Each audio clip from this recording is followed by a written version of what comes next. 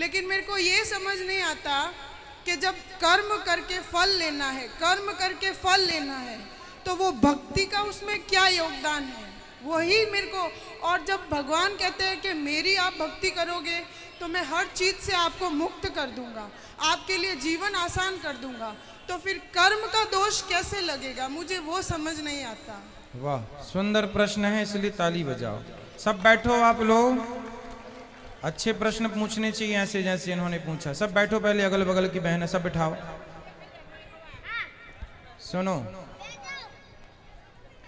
इन्होंने पूछा है कि जब कर्म का ही फल भोगना है तो फिर भक्ति करने की क्या जरूरत है। सिंपल ये है, क्यों? सही है। अर्जुन भक्त थे कि नहीं? माइक ले लो, आगे पीछे की मैया बैठ जाओ। अर्जुन भक्त थे कि नहीं? थे ना। लेकिन अर्जुन को भी 12 वर्ष का वनवास जाना पड़ा। 12 साल तक जंगल में रहना कोई सरल काम तो नहीं है। 1 साल अज्ञातवास, जंगल में रहना, किसी के दास दासी बन के रहना सरल काम तो नहीं है। जबकि अर्जुन जैसा भक्त कौन होगा? फिर भी उन्हें कष्ट उठाना पड़ा। भगवान राम तो स्वयं भगवान थे, 14 साल का कष्ट। माता सीता तो साक्षात लक्ष्मी थी, फिर भी दर दर की ठोकर जंगल में लकड़ियां काट काट के बच्चों का लवकुश का लालन पालन किया। इसी प्रकार अब आप कहते हैं कि जब हम भक्ति करें तो फिर कर्म ही का फल भोगना है, तो भक्ति का अर्थ क्या? बात ऐसी है बेटा कि कर्म तो अपनी जगह है, कर्म तो हमें भोगनी है, हमें भी भोगना है, आपको भी भोगना है।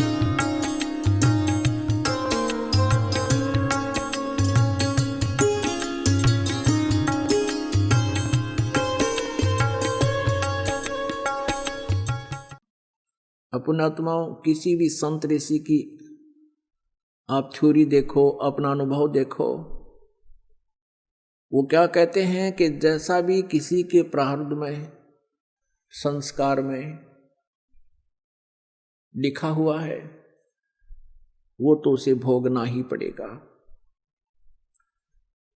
एक दुखी प्राणी संकट निवारण के लिए क्या आशा करता है कि भगवान जीव के दुख दूर कर देता है। परमात्मा कहाँ मिलता है? संतों के पास जाते हैं कि वो परमात्मा की भक्ति करके और कुछ शक्ति प्राप्त कर लेते हैं, और उस शक्ति से वो अन्य को भी सुख देते हैं।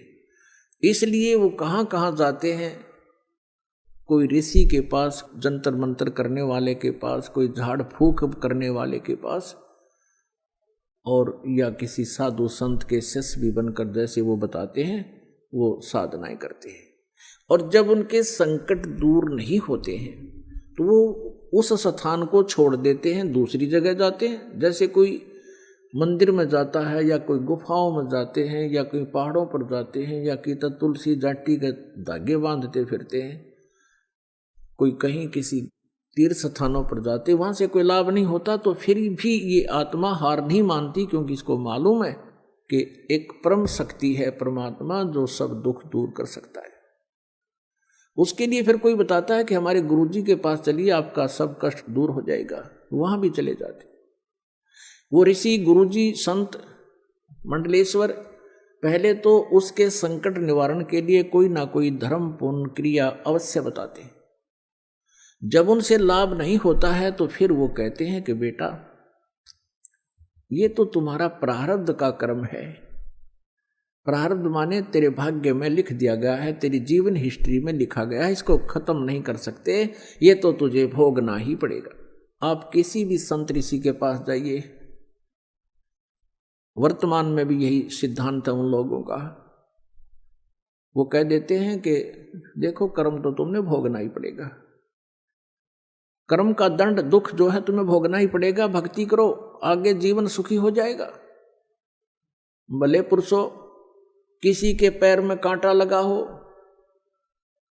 और वो किसी से कहे कि देखो मेरे पैर में पीड़ा हो रही है, कांटा लग के गहरा चला गया, टूट गया, अंदर घुस गया, दिखाई नहीं दे रहा बाहर से, तो जानकार व्यक्ति देखकर बता देता है कि तेरे पैर में कांटा लगा है, जिस कारण से तुझे ऐसा है, पीड़ा हो रही है।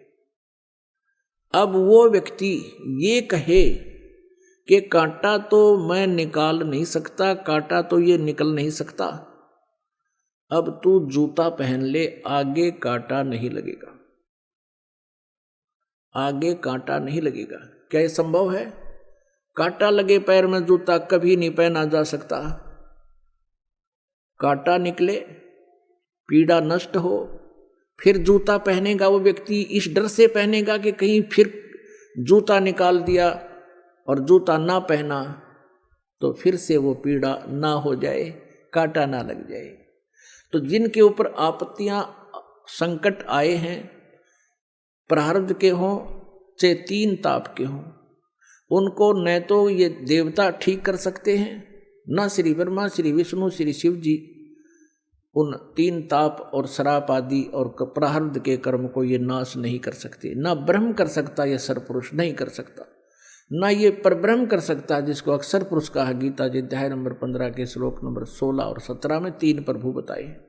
सरपुरुष और अक्षर पुरुष भी नहीं कर सकता, केवल परम अक्षर ब्रह्म, परम अक्षर पुरुष कबीर देव आपके उस प्रारब्ध के कर्म को भी नाश कर सकता है, पाप का नाश कर सकता है। मासा घटे न तिल बधे, बिदना